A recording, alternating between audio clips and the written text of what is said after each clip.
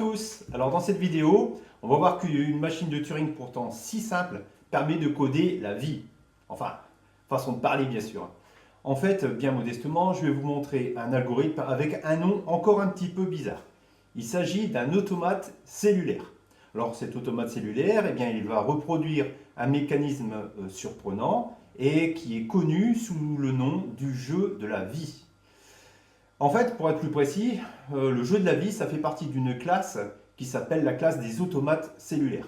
Alors, on va faire un petit peu d'histoire.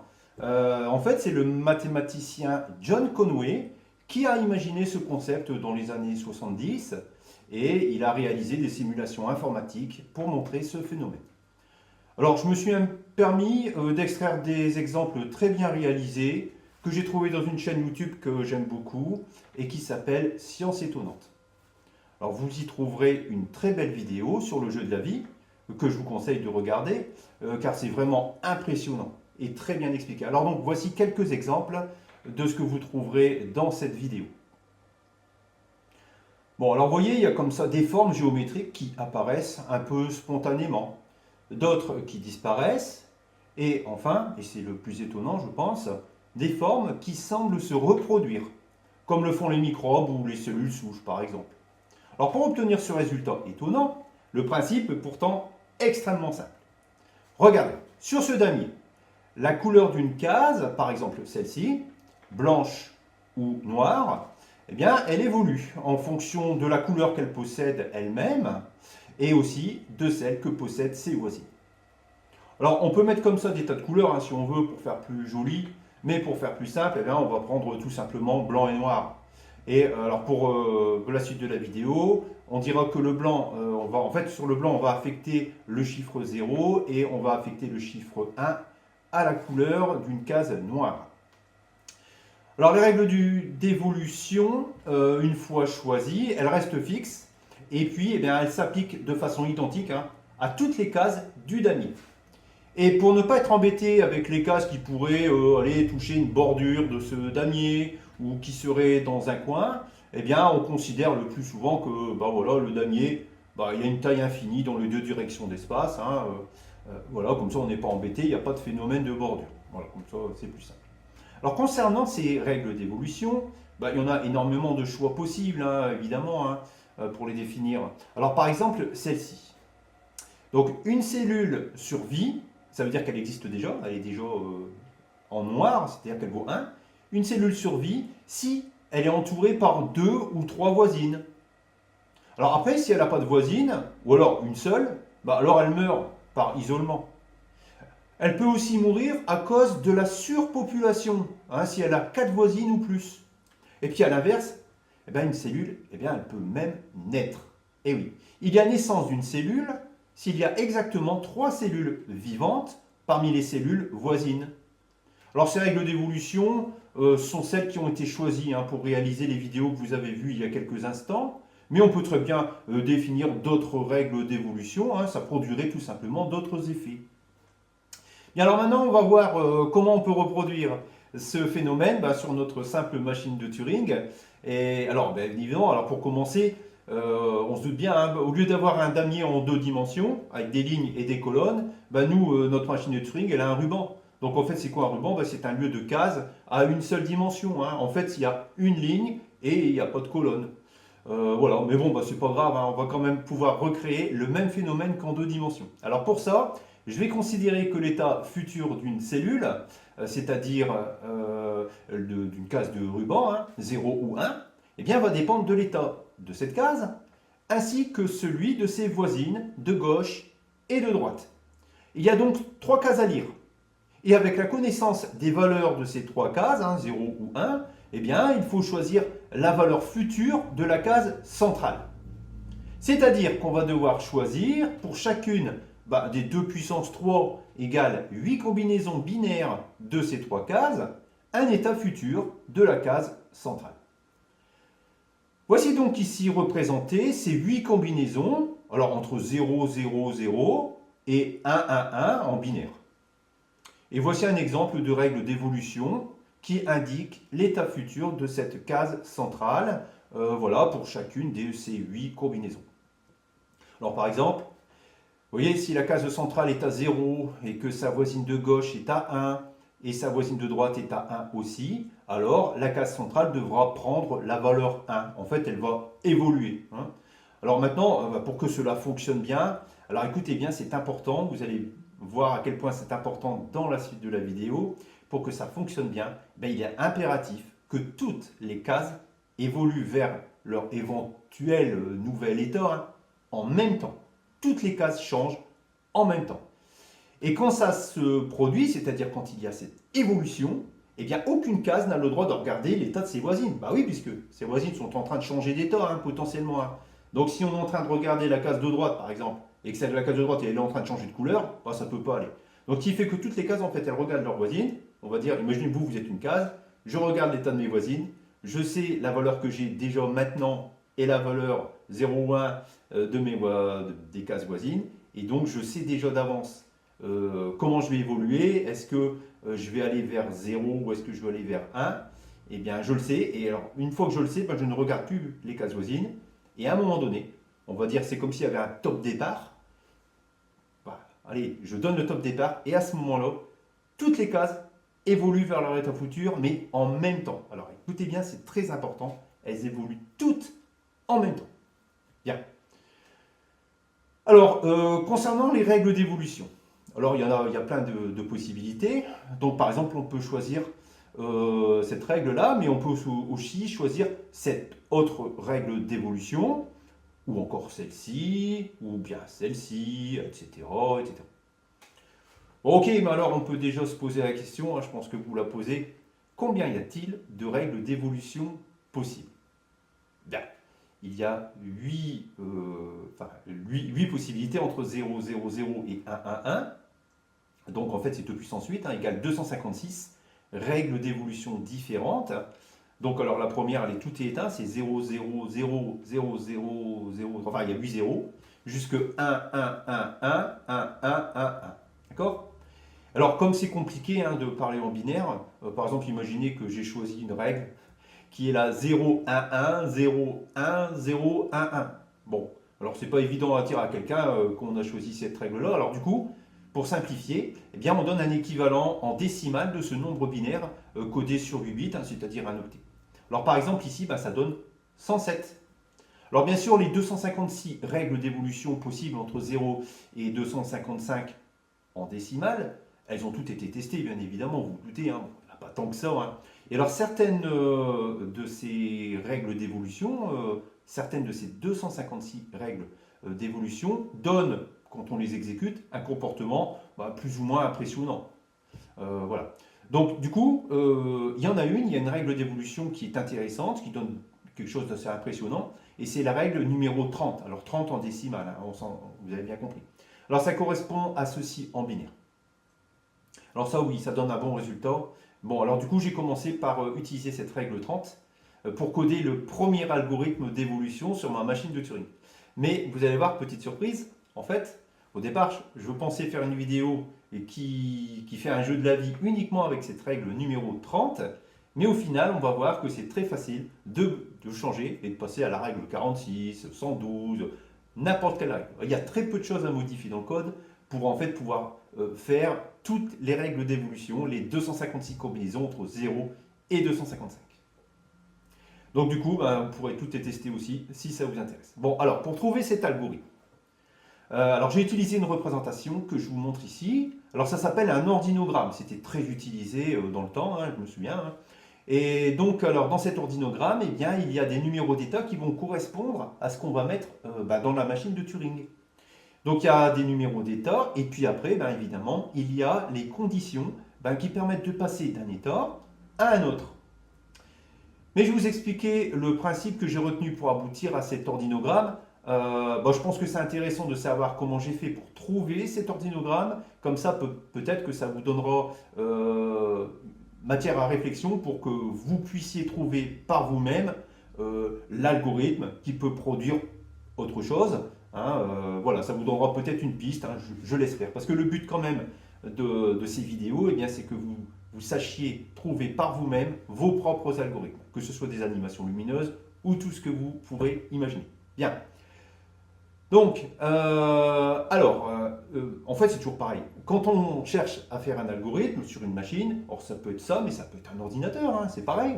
Eh bien, c'est toujours le même principe. En fait, pour savoir ce qu'il faut mettre comme code dans une machine, ça, ordinateur ou tout autre, eh bien, il faut déjà savoir comment ça marche. C'est-à-dire comment est-ce que nous, on ferait pour faire la même chose en manuel, comme si on avait un papier et un crayon, en fait, hein.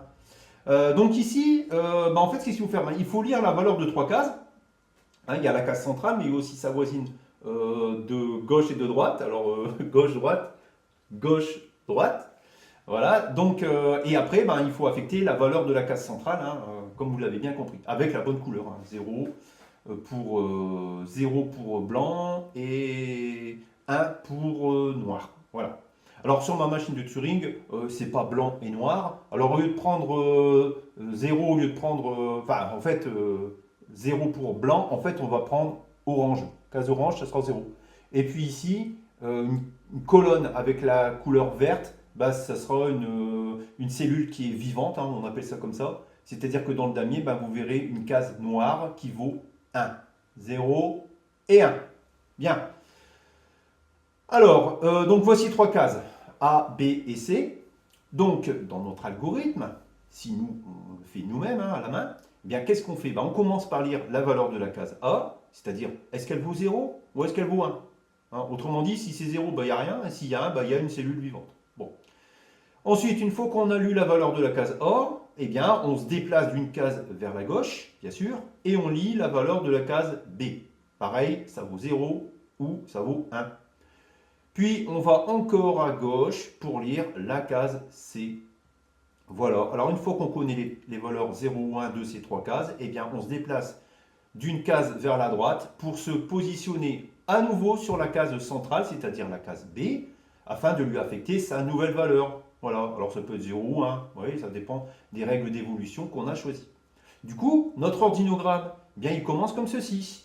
Voilà. Alors, on démarre à l'état 1, comme toujours. Et puis, on va aller tester la valeur de la case A, c'est-à-dire qu'on va se positionner sur une colonne de notre machine de Turing, et puis on va regarder la couleur de cette colonne. Alors nous, il n'y aura que deux couleurs, hein. En fait, dans nos colonnes, il y a trois couleurs.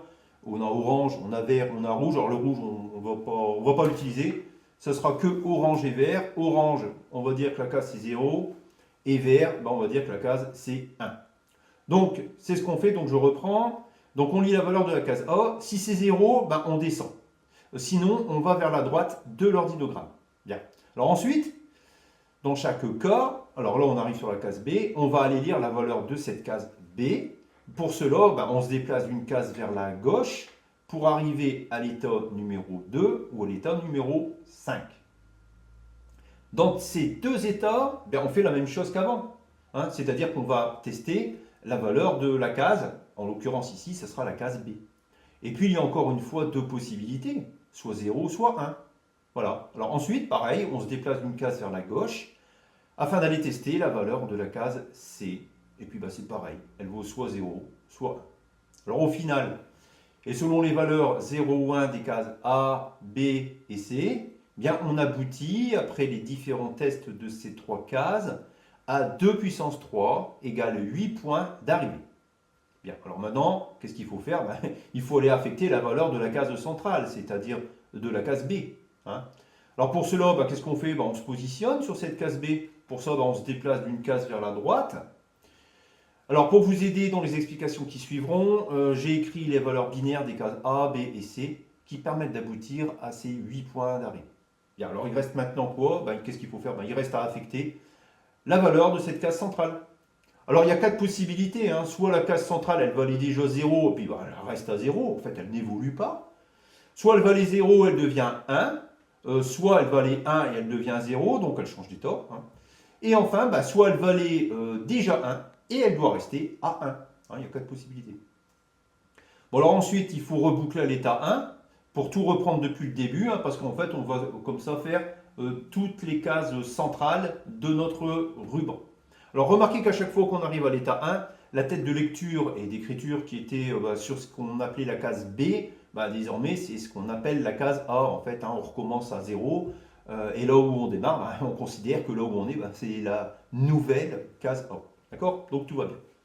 Ok, alors il ne reste plus qu'à compléter la partie de l'algorithme qui définit complètement le numéro de règle d'évolution qu'on a choisi. Alors par exemple, pour la règle numéro 30, eh ben, revoici, hein, je vous rappelle, la table d'évolution de la case centrale. Alors vous pouvez voir que dans la colonne grand A, la case centrale, elle passe de 1 à 0. Donc dans notre algorithme tout à droite, eh bien, il faut aller à l'état, bon j'ai pris le numéro 10, hein, on va aller à l'état numéro 10. C'est-à-dire, ben, c'est l'état qui permet de mettre 0 dans une case qui valait 1. Alors ensuite, dans la colonne grand B de notre tableau, ben, c'est pareil. Donc, il faut aussi aller à l'état 10 dans l'algorithme. Dans la colonne grand C, on voit que la case centrale, elle doit rester à 0. Elle est à 0 et elle doit rester à 0. Donc, dans l'algorithme, eh bien, on va aller dans l'état numéro 8. Et parce que dans l'état numéro 8, bah, c'est ce qu'on fait, hein, la case est là à 0, on la laisse à 0, et ainsi de suite. Voilà. Vous pouvez mettre sur pause et vérifier qu'il y a bien la correspondance entre ce qu'on lit dans ce tableau, avec les colonnes A jusque H, et puis ce que j'ai mis dans mon algorithme. Alors au final, voici l'algorithme complet que j'ai mis dans le programme numéro 15, hein, ici, voilà. Alors est-ce que ça fonctionne comme prévu? Bon, alors on va tester. Bien, alors je vous montre, bon, je vais revenir sur les explications. Vous avez peut-être vu dans les vidéos ce qu'on obtient avec la règle 30. On va lancer l'algorithme, hein, il est déjà saisi. Hein. On va le lancer et puis normalement, si tout se passe bien, une fois que la tête de lecture et d'écriture va s'occuper de toutes les cases centrales et qu'elle va arriver au bout, on aura fait une évolution et normalement, si ça se passe bien, je vous montre déjà ce qu'on doit obtenir. Donc à un moment donné, en fait, on passe de ça, voilà, et arrivé au bout du ruban, normalement, voilà ce qu'on doit obtenir. Alors on va vérifier. Alors je remets comme c'était au départ, comme ça. Oui, il faut mettre une situation initiale, il faut mettre une case à 1, comme ça. Alors je le mets à peu près au milieu du ruban. Alors il y a 16 colonnes, petite remarque, hein, il y a 16 colonnes sur cette machine. Alors c'est un nombre pair, ce qui fait que bah, je ne peux pas mettre la case A1 pile au milieu. Donc du coup je l'ai mise ici, bah, tant pis on peut la mettre là ou là, hein, vous mettez comme vous voulez. Du coup ici bah, il y a 8 cases vides, 0. Par contre ici il y en a que 7, bah, je ne peux pas faire autrement. Alors c'est parti, on va lancer l'algorithme. Je vais vous expliquer en même temps ce que la machine est en train de produire. 3, 2, 1, je mets sur Run, c'est parti. Je le mets doucement. Donc là ici on lit la case A, la case B, la case C. Ensuite, on revient à droite sur la case B pour éventuellement changer sa valeur. Alors, c'est 0. Bon, il se trouve qu'elle ne doit pas changer, elle ne doit pas passer à 1. Bon, c'est comme ça, c'est la règle 30 qui le définit. Donc, ensuite, on va à côté, pareil. On lit les cases A, B et C. Ensuite, on se redéplace. Bon, là, c'est terminé. Donc, A, B et C. On revient ici. Là, voilà. On affecte la case centrale. Puis, on recommence. A, B, C, on revient sur B, et éventuellement on change sa valeur, ce qui n'est pas le cas ici. On relie A, B, C, on revient au milieu, et ainsi de suite. Je vais le mettre un peu plus vite. Voilà, c'est ce que fait l'algorithme. Bon là ça va un petit peu changer. Hein, on revient sur la case centrale, mais ce coup-ci ça va passer à 1. Ensuite on lit A, on lit B, on lit C, on revient au milieu, et on a fait, bon là c'était à 1, ça doit rester à 1. Alors, A, B, C, on revient au milieu, on met à 1. Alors regardez bien, on met à 1, ça c'est la case centrale. Maintenant on va lire la case A, elle vaut 1. Et du coup, comme elle vaut 1, cette case centrale, qu'est-ce qui va se passer? En fait on met 1, ça veut dire que ça ne fonctionne pas. Bah oui, pourquoi ça ne fonctionne pas? Vous savez pourquoi? Je vous laisse réfléchir un instant.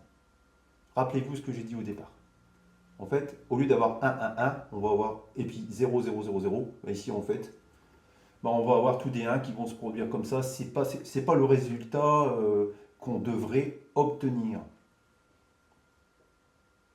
Alors, est-ce que vous savez pourquoi cela ne fonctionne pas? Alors, vous inquiétez pas, je vais vous donner la réponse dans quelques instants, mais je pense que vous avez trouvé. Alors, je vais l'arrêter, hein, ce n'est pas la peine d'aller plus loin. Je crois que j'ai déjà donné quelques éléments pour que vous sachiez ce qui se passe. Alors, pourquoi cela ne fonctionne-t-il pas? Bon, allez, je vous donne la réponse. Rappelez-vous au début, je vous ai dit, les cases, en fait, les cases centrales peuvent éventuellement changer d'état, passer de 1 à 0, 0. Bon. Alors pour ça, elles regardent la valeur qu'elles ont, elles, et puis elles regardent la valeur de leur voisine. Et à un moment donné, elles doivent un top départ évoluer. Mais rappelez-vous ce que j'ai dit au début. Toutes les cases évoluent normalement, elles doivent évoluer vers leur état futur en même temps. Bien évidemment, ici, on ne peut pas tout changer en même temps. La machine est ainsi constituée que ça n'est pas possible. Donc on est obligé de lire A, B, C, de revenir au milieu, d'affecter la case centrale. Et on recommence, on recommence. Donc on n'affecte pas toutes les cases centrales en même temps. Et c'est ça le problème. Hein, on les fait une par une. Sauf que du coup, alors je vais le remettre comme c'était au départ. Le problème, c'est que quand on modifie une case centrale, alors je vais refaire comme c'était au début. Voilà, on arrive ici. Hop, ici, il ne faut pas changer, donc ça va. On arrive à côté, il ne faut pas changer, on arrive à côté. Bon, alors je lis A, je lis B, je lis C, je reviens au début, on affecte. Ensuite, ah oui, non, pardon, je me suis trompé. Alors, donc, c'est ici, on lit A, on lit B, on lit C, on revient au début et on affecte la case centrale. Sauf que, regardez bien, ça fait ça. Oui, mais le coup d'après, là j'ai changé la valeur. Mais maintenant je suis censé lire quoi? La case A. Oui, mais laquelle de case A? Celle qu'il y avait avant l'évolution. C'est-à-dire, je dois lire 0. C'est-à-dire que quand mon algorithme va se reboucler, il ne va pas pouvoir lire la valeur qu'il y avait avant la modification. Il va lire la valeur qu'il y a eu après la modification, quand cette case-là était considérée comme la case centrale. Et voilà pourquoi ça ne fonctionne pas. En fait, on ne lit pas la bonne valeur. On lit la valeur suite à évolution de cette case, au lieu de lire la valeur avant l'évolution de cette case, quand on la considère comme étant la case A. Alors comment est-ce qu'on va faire pour modifier notre algorithme afin que ça fonctionne? Eh bien, il faut en quelque sorte mémoriser la valeur qu'avait cette case ici avant.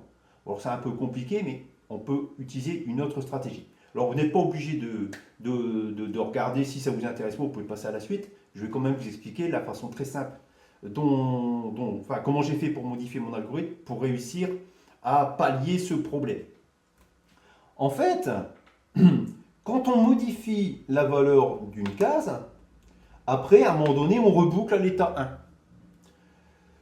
Donc, quand on reboucle à l'état 1, on regarde la valeur de la case. Oui, mais en fait, tout le temps où on n'a pas modifié la case centrale, tout se passe bien. Mais si on modifie la case centrale, par exemple, de 0 à 1 ou de 1 à 0, quand on va reboucler sur l'état 1, en fait, voilà, on reboucle sur l'état 1. Si par exemple je lis 0, en fait, s'il y a eu une modification d'état, c'est-à-dire qu'avant il y avait 1. Et si je lis 1, c'est-à-dire que le coup d'avant, avant l'évolution de la case B précédente, c'était un 0. Ce qui fait que finalement, ce qu'il faut faire quand on reboucle à l'état 1, on ne va pas reboucler sur l'état 1, on va reboucler sur une nouvelle étape. Un nouvel état, pardon. Allez, ici j'ai pris le suivant, donc j'ai pris un état numéro 12. Et voilà, au lieu de reboucler au 1, on va reboucler au 12 dans notre ordinogramme. Alors ça sera exactement la même chose, sauf que au lieu de dire si c'est 0, je descends, si c'est 1, je vais à droite, je vais inverser. Si c'est 0, je vais à droite, et si c'est 1, je descends. Oui, puisque le coup d'avant, on a inversé. Donc au final, on aboutit à cet algorithme-là. Alors voilà, donc comme vous pouvez le voir sur cet ordinogramme, aux états 9 et 10, qu'est-ce qu'on fait? On change la valeur de la case centrale. Donc, après avoir exécuté ces étapes-là, 9 ou 10, au lieu de reboucler sur l'état 1, on va reboucler sur l'état numéro 12, qui est identique à l'état 1, sauf qu'on inverse les départs, comme je vous l'ai expliqué. Voilà, alors je vais faire la modification dans mon algorithme, dans ma machine. Donc à l'état 9, au lieu de reboucler à l'état 1, je reboucle à l'état 12, je valide. Et puis à l'état 10, ici c'est comme ça, au lieu de reboucler sur l'état 1, pareil, je reboucle à l'état 12. Voilà. Alors bien évidemment, il faut aussi prévoir de coder cet état numéro 12. Donc je vous montre. Alors on va repartir du début. Alors en fait, c'est le même, c'est codé la même chose que pour l'état 1, sauf qu'on a inversé. Bon, alors je vous laisse découvrir. Je vais vous mettre la feuille du code de l'algorithme dans quelques instants. Comme ça, vous pourrez comparer. D'accord? Je vous remontre rapidement, comme ça et comme ça. Voilà. Bien, alors maintenant, il suffit, il n'y a plus qu'à tester. Donc c'est parti. Alors j'ai remis la configuration initiale. Vitesse minimale. Alors est-ce que cette fois-ci ça fonctionne? On teste tout de suite. 3, 2, 1. C'est parti. On le met sur run. Alors, bon, au départ on n'était pas embêté. Donc ça va, tout va bien. On va le mettre un petit peu plus vite. Voilà, donc c'est pareil. On affecte les différentes cases B. Voilà. Alors là je vais mettre un petit peu plus doucement. Jusque là ça allait. Alors, qu'est-ce que ça donne maintenant? Ah ben voilà, ça semble fonctionner. Mais oui, rassurez-vous, ça fonctionne. Voilà. Alors regardez ce que je vais faire. On va imaginer qu'on prend une photo au moment où on arrive au bout. D'accord? Hop, je prends une photo. Ensuite, on va refaire un deuxième passage. Et quand la tête de lecture-écriture arrivera au bout, on va prendre une autre photo. Et ainsi de suite, et ainsi de suite, ainsi de suite. On va ainsi prendre 8 photos. Et puis ensuite, je vais vous montrer une image où j'aurai mis les 8 photos les unes en dessous des autres. Et on va pouvoir comparer ce qu'on obtient en vrai avec ce qu'on doit obtenir de façon théorique. D'accord? Alors, on le laisse progresser. Photo. Autre passage.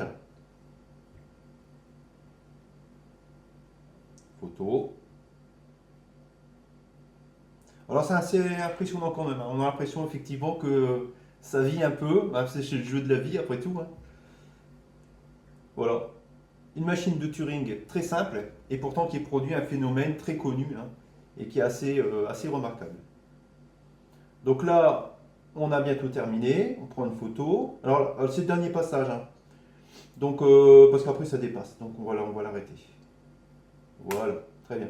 Alors maintenant qu'on a fait les 8 photos, on va comparer par rapport à ce qu'on doit obtenir de façon théorique. Donc voici l'image. Alors on compare, on regarde. Ah ben ça fonctionne, magnifique. Donc notre algorithme est bon. Alors je vous donne les feuilles la feuille de code de cet algorithme afin que vous puissiez mettre ce programme dans une machine de Turing, celle-ci ou une autre, si vous en possédez une. Voilà. Vous pouvez mettre sur pause, vous pouvez l'imprimer. Avec le programme numéro 15, c'est une machine à 3 symboles. Donc je rappelle ce que ça veut dire. Ça veut dire que pour chaque colonne, c'est soit orange, soit vert, soit rouge. Il n'y a pas d'autre combinaison. Il n'y a que 3 choix possibles pour chaque colonne. Donc c'est une machine à 3 symboles. Sauf que cette machine, quand on est à partir du programme 21, voilà ce qui se passe. En fait, on passe à une machine à 8 symboles. Ça veut dire quoi? Eh bien que chaque colonne peut prendre 8 combinaisons possibles. En voici une, tout est éteint, on va les numéroter, ça c'est la combinaison 1. Voici la combinaison 2, la combinaison 3, la combinaison 4. Ah bah tiens, il y a 2 LED d'allumé en même temps. La combinaison numéro 5, la 6, pareil, 2 LED en même temps, la 7, la 8, 3 LED en même temps. Bon voilà, c'est tout, j'arrive au bout. Donc on peut avoir 3 ou 2 ou une seule LED d'allumé, voire même 0 LED d'allumé. Au final, c'est comme si on allait de 0, 0, 0 à 1, 1, 1, 2 puissance 3 égale 8 combinaisons, c'est comme le binaire. On a une machine à 8 symboles. Alors dans cette machine à 8 symboles, j'ai remis le même algorithme que tout à l'heure. Alors je l'ai mis au programme numéro 25. Et comme ici on peut éteindre toutes les LED, au lieu de mettre une LED orange pour les cases à 0, j'ai mis une LED éteinte. Alors c'est exactement le même algorithme, sauf qu'en fait partout où il y avait orange, moi j'ai éteint. Alors on va le faire fonctionner. Voilà, alors je le mets comme ça. Pas le mettre trop vite. Attention, c'est parti. Tac, et voilà. Donc, c'est pareil, c'est le même algorithme. Donc on lit A, B, C, on revient au milieu, en B, on affecte. Bon là en fait c'était éteint, ça reste éteint. En fait ça veut dire quoi? Ça veut dire qu'ici il n'y avait pas de cellule vivante. Il n'y a toujours pas de cellule vivante. Alors là, il y a une cellule vivante. C'est le jeu de la vie. Donc dans le jeu de la vie, c'est comme dans la vraie vie. Il y a des naissances et puis il y a des morts. C'est comme ça. Donc on continue. On va arriver là. Alors, paf, il y a eu une naissance. Voilà, il y a une cellule qui vient d'apparaître, elle vient de naître. Pareil ici. Alors on obtient le même résultat, sauf qu'on n'est plus embêté avec les LED orange. Alors, on pourrait prendre une photo et faire la même chose. Voilà, alors on va mettre un peu plus vite. Voilà, photo, troisième, quatrième, cinquième, sixième, septième, et hop, alors je ne vais pas le mettre trop vite. Oh bah là, non, ça y est, non, on a déjà dépassé, donc je l'arrête tout de suite, tac, voilà. En fait, on a fait les 8 passages, c'est exactement la même chose qu'avant, sauf qu'ici, au lieu d'avoir des LED orange, eh bien c'est éteint, ce qui fait qu'à chaque fois qu'on a une colonne verte, eh ben, c'est là où il y a une cellule vivante. D'accord? Bien, bah, c'est bien tout ça, c'est la règle 30. Mais comment on fait pour faire les autres règles d'évolution maintenant si on a envie de les tester? Alors par exemple, regardez, admettons qu'on veuille coder la règle numéro 126. C'est une règle très connue parce qu'elle donne des bons résultats. Alors en binaire, ça donne ceci. 0, 1, 1, 1, 1, 1, 1, 0. Vous voyez, c'est symétrique. Hein. Alors je mets ce nombre binaire dans mon tableau d'évolution avec les colonnes A jusque H. Et pour chacune de ces colonnes A jusque H, eh bien, je fais comme tout à l'heure, hein, je regarde l'évolution que doit subir la case centrale, c'est-à-dire la case B, petit b. Il ne reste plus qu'à remplacer les états 8 à 11 ici, dans notre algorithme. Et pour la règle 126, on obtient ceci. Voilà, vous pourrez vérifier en mettant en pause avec le tableau d'évolution. Vous verrez, bon, normalement je ne me suis pas trompé. Hein. Voilà, alors par rapport à la règle 30, seules les colonnes B et C ont changé. Donc il n'y a que 2 modifications à faire dans notre algorithme. Bien, alors moi je vais le faire. Hein, je vais le faire sur ma machine et puis on va lancer ce nouvel algorithme avec la règle 126. Alors, voici l'algorithme. Donc il n'y a que dans les colonnes B et C que ça change. Du coup, eh bien, je vais faire la modification sur cette machine qui est là. Alors je regarde l'algorithme. Alors, donc c'est à l'état numéro 4 que je dois modifier. État 4, quand c'est 1, on laisse 1, on va à droite. Et là, au lieu d'aller à l'état 10, eh bien, je dois modifier. Je vais à l'état numéro 11. C'est celui qui me permet, pour la colonne centrale, de la laisser à 1. Donc je vais en 11, Enter, et après je vois dans l'ordinogramme que pour l'état numéro 6, voilà, alors je remets un petit coup, l'ordinogramme, je dois passer de 8 à 9 quand c'est 1, c'est 8, bah maintenant ça devient 9 pour la règle numéro 126, et je fais Enter. Alors il ne reste plus qu'à tester, donc on se met comme ça, on se met là. Attention, on ne va pas mettre trop vite. On va faire comme tout à l'heure. Vous êtes prêts? 3, 2, 1. C'est parti. Tac. Voilà. Alors on va mettre quand même un petit peu plus vite. Alors au début c'est pareil, hein, c'est la même règle. Sauf que ça va changer quand on sera ici à peu près. Hein. Alors donc, voilà, on reste évolué. Alors on va faire pareil, on va faire des petites photos, je vais mettre un petit peu plus vite. Premier passage. Alors là on obtient la même chose que tout à l'heure. Photo. Deuxième passage. Ah, bah là ça change. Vous voyez, en fait, avec cette règle-là, ça va toujours être symétrique par rapport au milieu, vous allez voir. Donc on a fait une deuxième photo. Troisième photo. Paf, maintenant. Tac, troisième passage. Quatrième passage, tac, photo. Vous voyez, c'est symétrique encore. Ensuite, photo, encore une fois. Photo, bon, c'est presque fini. Bon, là, on va s'arrêter parce qu'on va dépasser. Stop, voilà. Ok? Bien, alors voici les photos les unes en dessous des autres pour cette règle 126. Et puis à côté, ce qu'on doit obtenir. Ah ben, l'algorithme fonctionne, vous voyez, on obtient le bon résultat. Impeccable. Bon, maintenant que vous avez compris la technique, vous pourrez tester toutes les règles d'évolution entre 0 et 255 en décimale. Et puis, si vous trouvez quelque chose d'intéressant, faites-le moi savoir. Hein. Alors pour info, qui est-ce qui a inventé ça? Dans les années 80, c'est le physicien Stephen Wolfram qui a eu l'idée de donner une valeur décimale entre 0 et 255 à toutes les règles d'évolution possibles de cet automate cellulaire unidimensionnel, hein, parce que ces lignes, c'est pas ligne et colonne, c'est que les lignes. Et puis lui aussi, il a testé toutes les règles d'évolution possibles, hein, les 256. Et en voici une qui est aussi très intéressante du point de vue théorique, c'est la règle numéro 110. Alors voici, je vous montre la vidéo. Alors vous la retrouverez hein, dans Sciences étonnantes sur YouTube. Alors regardez cette vidéo dans Sciences étonnantes, hein, la vidéo qui s'appelle Le jeu de la vie, dans Sciences étonnantes. Et vous allez voir, écoutez bien les explications qui sont données pour cette règle d'évolution 110. Voilà, je ne vais pas répéter ce qui est écrit dans cette vidéo, c'est extrêmement intéressant. Je vous invite à aller la voir. Très bien. Et ben voilà, on arrive au terme de cette vidéo. J'espère que ça vous a plu. Encore une fois, cliquez sur j'aime si vous aimez et puis partagez le plus possible. Je vous donne rendez-vous à très bientôt pour la prochaine vidéo. À bientôt.